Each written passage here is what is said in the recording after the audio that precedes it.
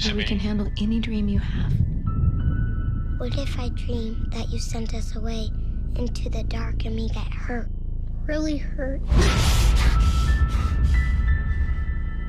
And what if I'm so sad and scared of the dark out there that I put poison in me for years and years until my blood turns into poison and my heart breaks right in half and I can't feel anything happy. Till I can't stand it anymore and I have to die. Until I'm on a silver table. Is my jaw wired shut?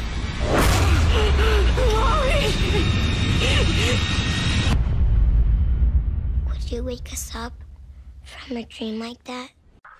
Alright, so let's get into this. Joined by... Introduce yourself, sir. They know who it is. It's not going to be anybody different. It's Salem here, people. We had to cook up and talk about The Haunting of Hill House. I really lost some respect for Mo. I really did. That he not even one episode. So we did actually talk about this. We said, like, you know, let's... I'm actually surprised he didn't. Because he's scared. He's a pussy. He can't take it. He says he don't like horror movies, but now we know he's just too scared of them. Yeah, I think, like, over the years, he just has stayed away from horror movies, and I think you might be right. Mo might be a bit of a pussy, you know, like, you know. But I tell you one thing though, although we say that, I gotta say, man, even watching this, I felt like a pussy, to be honest. Yeah. I felt so shit scared, Eddie. I'm telling you now, people, I was so petrified to the point. There were times, so where I'm staying at the moment, so I'm in the room and I'm watching it on the bed, lights all shut, and then my auntie's in the other room and she's just watching the news or whatever. And when there'll be specific scenes that will pop up here and there, we're gonna go through it in a bit, but I would be so shit scared that I would have to get out the room, sit beside next to my sit next to my auntie and actually watch the scene and then go back into the room. So, you know, I don't know what that says about me, to be honest. Yeah.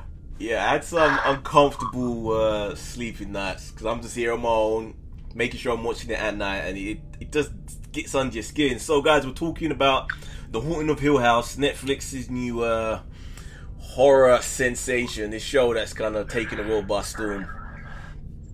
It's fucking people up, man. People are reporting having anxiety and panic attacks while watching this, and I think some people saying they're passing out. It's from Mike Flanagan. Oh shit! Yeah, and it's a new level, man. It's just what I think. What makes it great is that it's not just like horror. It's not just jump scares and ghosts. Like, there's a legit like family drama in the middle of it, which makes you care about the characters, and you don't really get that in a 2-hour film. Yeah, I think that I mean, where you're set for this crazy ghost train of a journey, if that's what you want to call it, and you are, you know, it's 10 episodes. Each episode is like, some of them are an hour, some of them a little bit over it, but you are like, it isn't just, you know, boo, we've scared you in a few scenes. Like, you really do actually care about a lot throughout the season, throughout the show. You start caring about these people and what they're going through. Yeah, you know, and it's well written, and everyone reacts logically. It's something that I always bring up: logical reactions to situations. There's none of that. Like, that's sometimes something that annoys me with horror films, is when you got a group of people that's supposed to be friends and one of them dies, but everybody else doesn't seem to react the way that people would if their friend dies in front of them. They just seem to just move on and, you know, just talking normally and maybe joking. It's like, your friend just died, or your friend's body's laying right in front of you and you're just having a regular conversation. Like, in this, there isn't any of that stupidness. They fooled it out, and it's a good script, man. So, all right. So, should we like break it down? So, you've seen it all now, right? Yeah, right. Yeah, so I completed it yesterday by stealing next door's internet. I go there and just check up on them and see how they're doing, but at the same time I'm downloading over there because I've got nowhere else to download. So like I'm just like stealing their internet, just checking up on them. Yeah, how's it going? You're right, but yeah, I've got all my episodes on download, so I completed it yesterday. So why have David in it and you lot haven't? Well, it's not. I've got internet. It's just I'm capped at 35 gigs, or the company Zong, like wankers that they are, they actually only give me 30 gigs, if that. But I think they conned me anyway when I got their router. They said it's the newest one, and then I found out when I went to another Zong place that they said, look, this device is pretty old. Like, where did you get this from? And I'm like, oh, you can't. And I can't give it back because, like, you know, I'm not in contract, but, you know, they just work on a different frequency here. So I've got it, and I just ran out of net. So at the moment, I'm literally, as we're having this conversation, I'm like, next door is where I'm getting my net from. So I'm like glued to their wall or our wall. Yeah. So that's that. So I'm up to date, seen it all. I love this show, dude. I really liked it. I liked everything about like what we spoke about earlier on, logical thinking, behavior, new characters being thrown in, like the father, and I like this whole thing of like you seeing the family when they're young, and then it's sort of carrying on as they're older as well. The effect, the psychological effect that childhood left with those adults, the way that because they're all just fucked up in their own ways. They're all traumatized in their own ways, but most of them just don't really admit the things that they experienced and went through. But we got to speak spoilers, man, because we can't really get into this without speaking spoilers. If you haven't seen it, go watch it. Trust me, it's worth it. Don't let us ruin it and then come back and check us out. But were you annoyed a little bit at that the bigger brother who was denying the whole thing that he'd experienced anything? I just couldn't wait for him to really experience Ghost properly. I was just looking forward to it because I knew it was going to come, and I was so happy when he did. Yeah, the interesting thing is that even when it did come, and again, it's like a really good build-up. Like, we're talking about a character who does not believe, like, whose whole family have experienced it. He knows that it's on their mind. He basically writes their stories, doesn't he? Yeah. When not actually believing in ghosts. But yeah, that was one of the things I was really excited about, that when he first gets to experience his encounter, and he still doesn't believe it, even when he actually sees Nell for the first time. Oh god, that whole thing with Nell, that got a legit audible reaction from me when, like I said, spoilers, but when she ends up killing herself, and then she keeps on falling. And then you find out that she is her own ghost that was haunting herself all through those years. I was like, holy fuck, no! I thought that was like, so awesome. I've never heard of that before. No, like ghosts that defy time, as in going back in time. It's such a cool idea, man. It was crazy. Just hanging and just falling until she's like in her own childhood bedroom, screaming at her childhood self. I was like, oh fuck. But when she actually tells her father that daddy, and he goes, it's 3 o'clock in the morning, is everything okay? And she goes, the bent neck lady is back. And he's like, okay, stay where you are, or go to somebody's house. And she's obviously at Hill House, and you don't know what's going to happen. And that place is so freaking creepy. Even when they show shots of people standing outside in the house, just calling them with all the lights that come on. Yeah, it's such a cool effect. I kept thinking to myself, like, if I was standing out there, would I go into that house? Just looking at how fucking off-key it looks and everything they experience, like, to still go back in there. That's so I don't think I could, man. I really do not think. If I was standing there, I don't think I would. First of all, I don't think I could drive there. Maybe in daytime, I think I could do it, but not at night, man. That place is just so freaky. In that first episode, right, where he's getting his children out of the house, and you see this lady, and you find out who she is in the towards the end of the season. Was it? Yeah, his mum, right? But sorry, his wife. But when she's running, can you hear me all right? Yeah, fine. Yeah. So when she's basically, you could see him grabbing his son, and he goes, "Close your eyes and promise me you won't open them." And he's running with his son, and you could see his wife running just in the distance after them.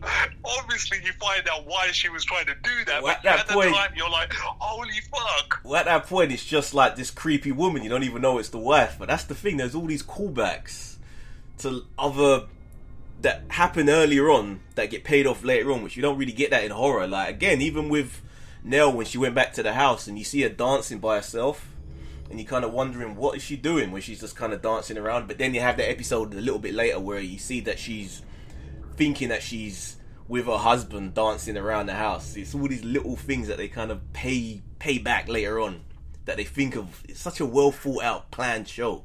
Apparently it's based on a book, but quite heavily adapted.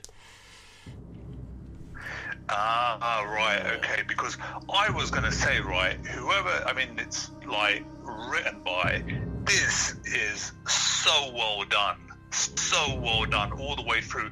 And I think it's such it's the way I was looking at it, from a director's point of view, I thought to myself, shit, man, like, this is seems really challenging to direct something like this, because, just the way it's paced, the sort of the different way that they're cutting into the scenes, and it's edited so well as well.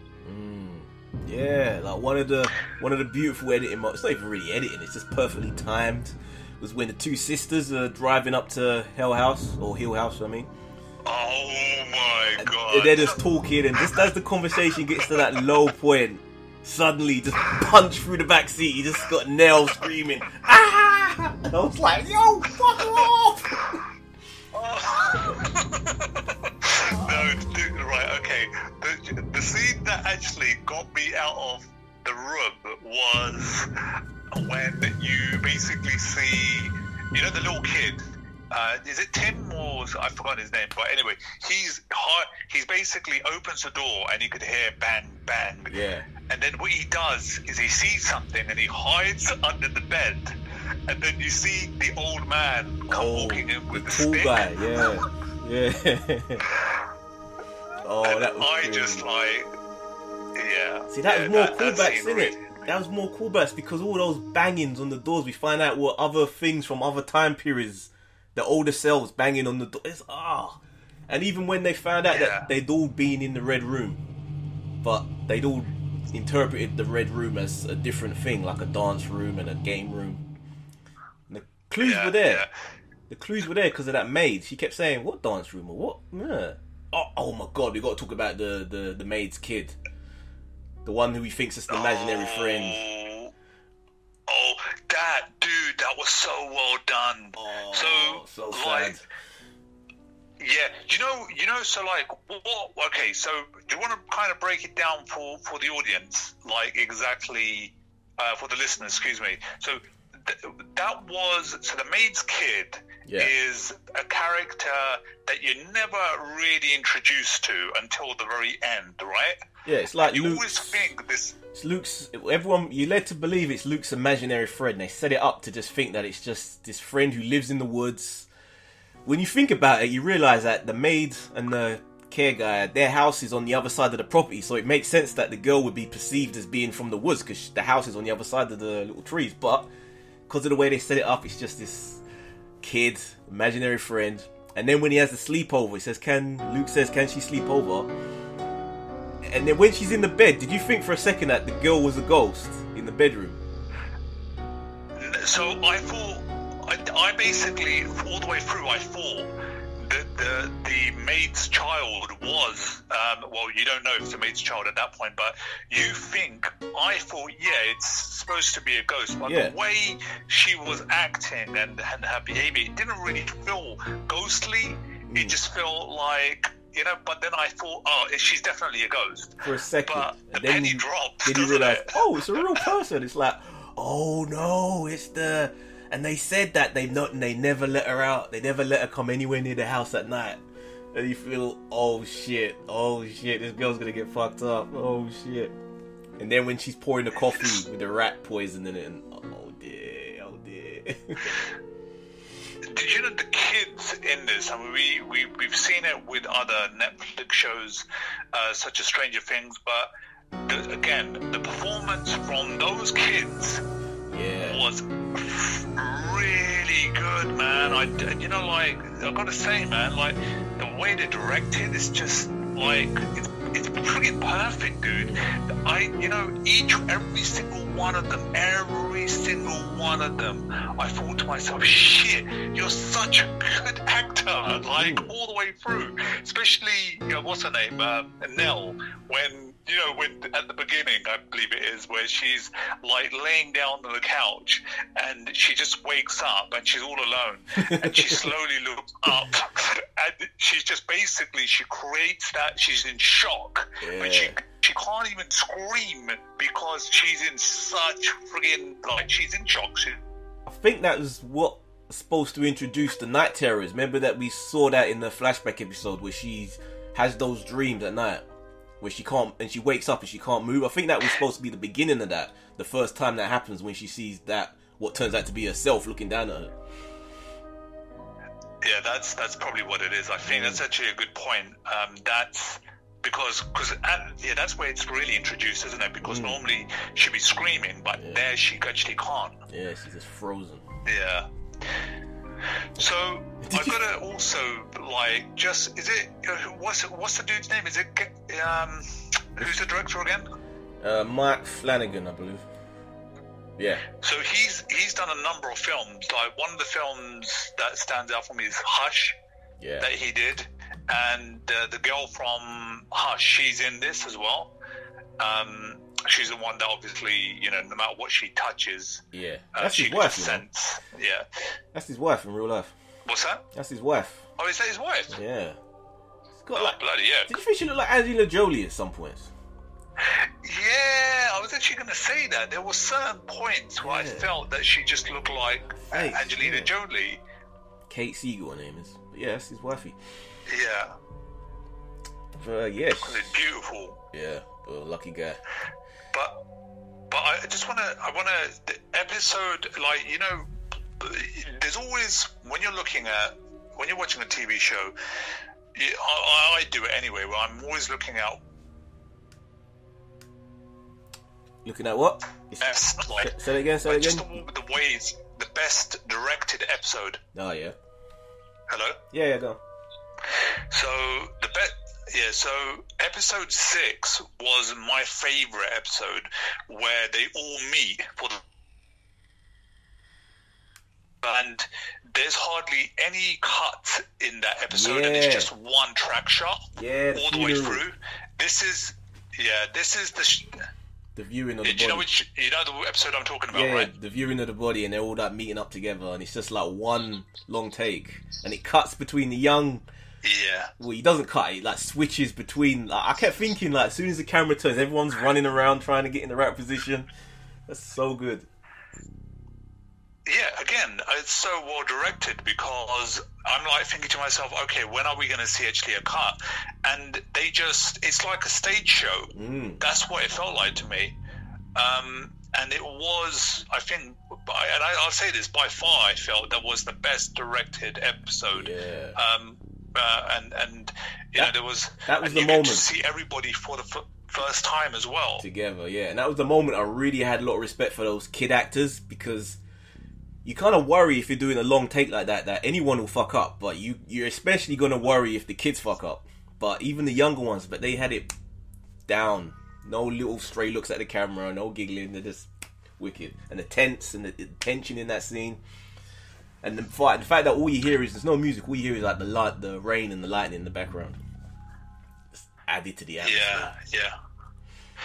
And again, like there's moments in this, like where he talks about his wife when he's sitting down with his when his son, who doesn't believe in spirits or ghosts or whatever, they're just going on this long drive trying to look for their well, he's looking for his brother and he's looking for his son, but the story that he tells about him and his wife, that how she always used to say to me, she's like a kite and I'm the string. Yeah. And I just thought, free and egg, man, and they have to go together because the moment one snaps away from the other, they both fall apart. Yeah. And it's just like, free and egg, man. Like, how, like, people come up with this shit. It's so creative. So cool, man. And I liked it as well when you went in the house with his son and then you got to see, the son got to actually see what happened that night. See, he only ever had his own angle of what went down or how he perceived it, but then seeing it from his dad's perspective when the dad went back to the house and seeing what really happened to the mum.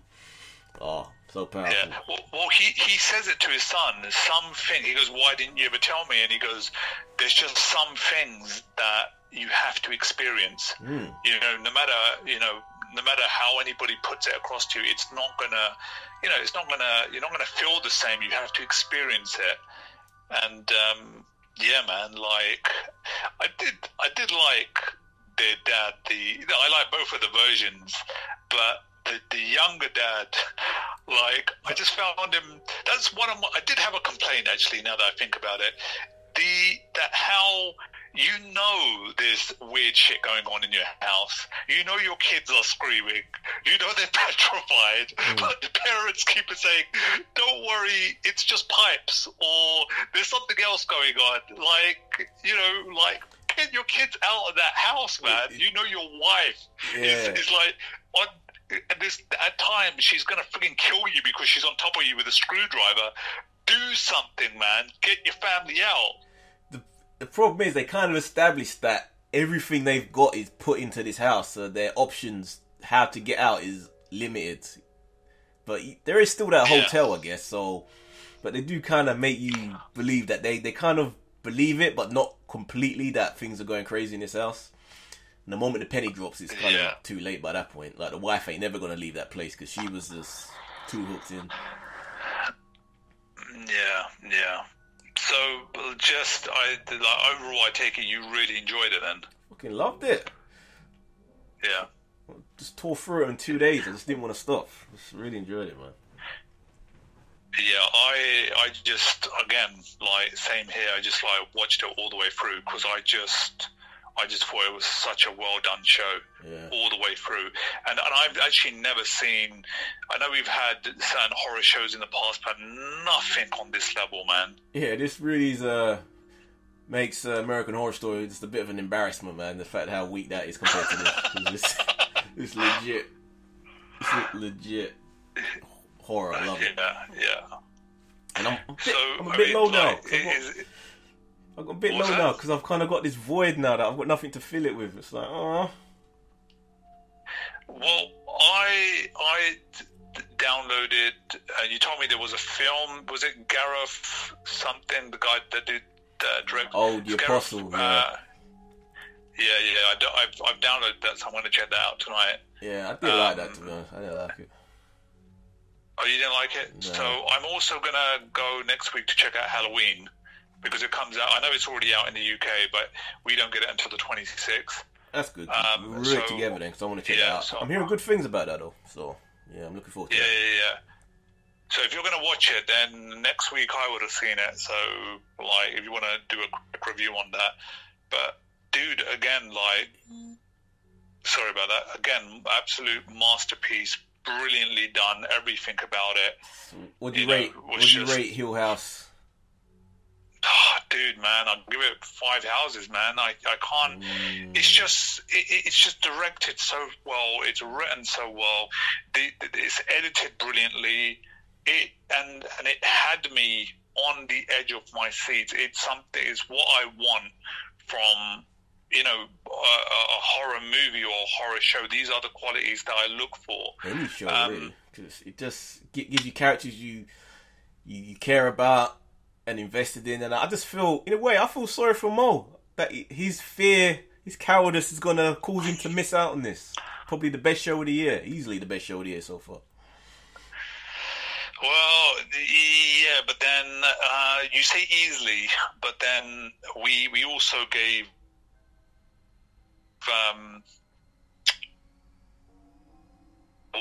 what's that? Oh God, my memory is like going again. Ozark. We also gave, yeah, but that was a very, very good show as well. I'm going to give this a slight fraction over Ozark though, because it's the motion. Even though I love Ozark, I think that comes in a close second to this, just because of the emotional wreck that this put me in. Yeah, I'm going to have to agree. There was you know what? I know I've said this so many times, but the more we love films and TV, as you guys know, it's just we really look at it from a technical standpoint, and it just is a friggin' masterpiece as far as because it's just edited and directed again so well, man. Like there was moments that, you know, that intertwined so well into the other scenes, and you're like, oh my God, I didn't really see that coming, and that had me all the way through this show. I was like that. I did not see any of this coming, none whatsoever. I love one moment I really loved that I didn't actually think was going to come up. It was in the trailer, but I thought they may have just done it for the trailer. It was when the mum goes into the twins' bedrooms when they're babies, and they get up and they tell her that the nightmares that they had, and they're basically having nightmares of what they are when they're older, where the boy's talking about putting poison into his veins, and how she's saying about how, what happens, mummy, if I'm so sad that I have to end it myself, I have to kill myself, like, are you gonna protect me then? It's like, so well done. Yeah, and even other things, man. Like, I mean, we haven't touched upon everyone, but is it like the second oldest, the girl? You know, where she's always pissed off with everyone else, but yet she's not willing to look at her own faults, especially with the affair that she had. Yeah. Like, that, you know? What were you thinking that was? Every time she looked around and she could see that guy that was just sitting at a table just kind of like toasting. I think, who the fuck is that? Who is that guy? Again, I had no idea, and that's the beautiful thing about this show, that it grabs you at every point. It's like, what? Like, everyone else is experiencing some really weird, freaky shit, but she's got this good-looking guy, like, who's just basically toasting his glass. And I kept thinking, what, did she accidentally kill somebody, like, run the guy over or something?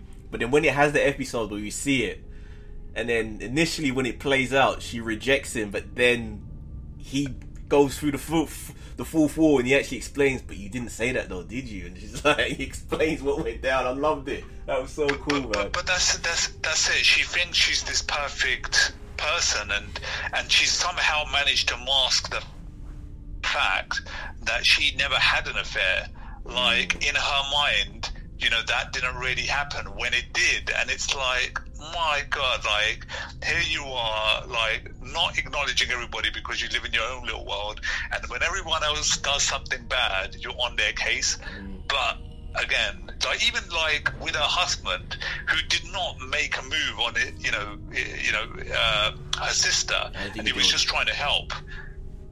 Yeah. Poor guy. Yeah. Love it. Okay, so yeah, absolutely love it, man. I mean, like, I think we've kind of just broke this down and just said so many positive things about it. If you haven't seen it, man, just like I say to everybody, I say to my nephews, my friends, stop being scared. You have to watch it alone. Do that. Yeah. My nephew refused to watch it alone. Yeah, I saw that video and I'm thinking... What's that? I saw that video you showed of Faraz watching it with, I guess he's got a couple of them there. The nephews, you can't see, it's too dark. But I guess, I don't know what sort of experience they're going to have, because they're probably going to be talking and laughing and when it's a group of them. So, I don't know. Nah, you can't. With this show, you have to be sitting down. Mo's got the perfect setup. Yeah. Turn the whole room red, blood red. Just even have the cat. No, actually, don't have the cats in his room. Yo. And just watch it, man, on those friggin' awesome stereo speakers that he's got. Watch that show. Oh, that would give me that. You know, there was one again. I mean, it's a shame that I had to go through this, but a disappointing experience. And you touched upon it, and I didn't really think about it until you mentioned it. You said, "Dude, you're not watching it on a big screen," because I have to watch everything on my mobile phone here. Terrible. So you're not watching it on the big screen, so you're probably going to miss a lot of detail. And that is so true. At times, I had to basically, take the show back a little bit just to see that. Wait a minute, was there actually something there? Yeah, there was a whole that scene. There was a bunch of like hidden ghosts in variety of scenes all over the show in various episodes, like in the background, just hidden around. Yeah, so you probably missed some of yeah, those, well, like the clock ghost who's always repairing the clock. Well, yeah, that was a bit more blatant, but there were literally ones like standing in windows and just all over the place, under tables, just all over the place. It's crazy. Because that house had just a whole ton of them. They didn't even touch on like most of the ghosts there. They only touched on like about 3 of them or something. But there was a whole bunch. So here's a quick question for you, right? I know we're going on a bit, but at what age do you reckon you would have to be, right? If you saw a ghost and you kept on seeing it, do you reckon there'll be at some point your brain would just go completely numb to all of that? And just, whatever. It's just a ghost again. Do you reckon... It depends on whether you feel that you're in danger. If you don't feel there's any like effect on your life, if it's just a presence, then I could deal with that. Yeah. In a way, it gives you comfort. If you see a ghost and you're like agnostic or something, seeing a ghost should give you comfort. Or if you're religious, because then it kind of confirms that there is more out there. It's not as simple as just flesh and blood. It kind of opens the world more. But if we're driving on the motorway in the middle of the night, and then all of a sudden, just like out of nowhere, some girl just comes out of the back screaming in our ears, then that would fuck us up, right? Right. Oh, yeah. If it's one of those ones that's just screaming and knocking things over, then fuck that. I'm out.